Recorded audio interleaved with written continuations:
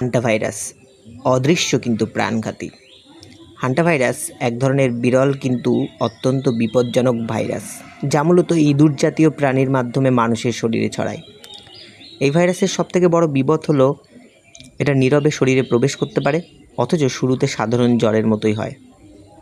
সংক্রমণ সাধারণত ঘটে যখন আক্রান্ত ইঁদুরের শুকনো মল, প্রস্রাব বা লালার ক্ষুদ্র কণা বাতাসে মিশে শ্বাসের মাধ্যমে মানুষের শরীরে প্রবেশ করে, অথবা আক্রান্ত প্রাণীর কামড় থেকেও সংক্রমণ হতে পারে।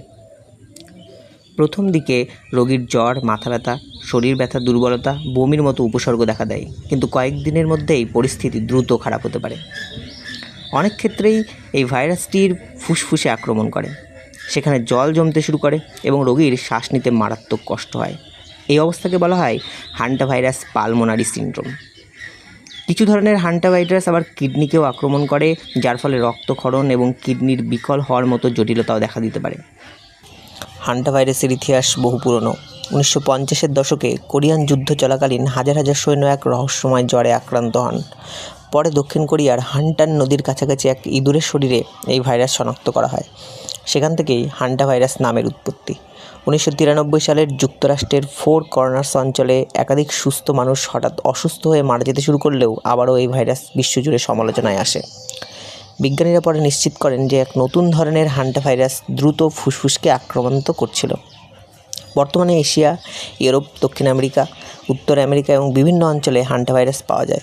দক্ষিণ আমেরিকায় পাওয়া অ্যান্ডিস ভাইরাস একমাত্র হান্টাভাইরাস যা মানুষ থেকে মানুষে ছড়াতে পারে বলে প্রমাণ পাওয়া গেছে। সম্প্রতি 2026 সালে MV হেন্ডাস নামক এক ক্রুজ জাহাজে হান্টাভাইরাসের সম্ভাব্য প্রাদুর্ভাব আন্তর্জাতিক উদ্বেগ তৈরি করে।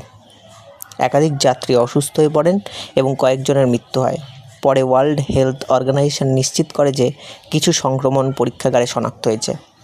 হান্টাভাইরাসের প্রতিরোধের সবথেকে কার্যকরী উপায় হলো ইঁদুর নিয়ন্ত্রণ করা, ঘরের ফাঁক-ফোকর বন্ধ রাখা, দীর্ঘদিন বন্ধ স্থান পরিষ্কার করার সময় মুখোশ ব্যবহার করা। বর্তমানে সব ধরনের হান্টাভাইরাসের জন্য কার্যকর টিকা নেই।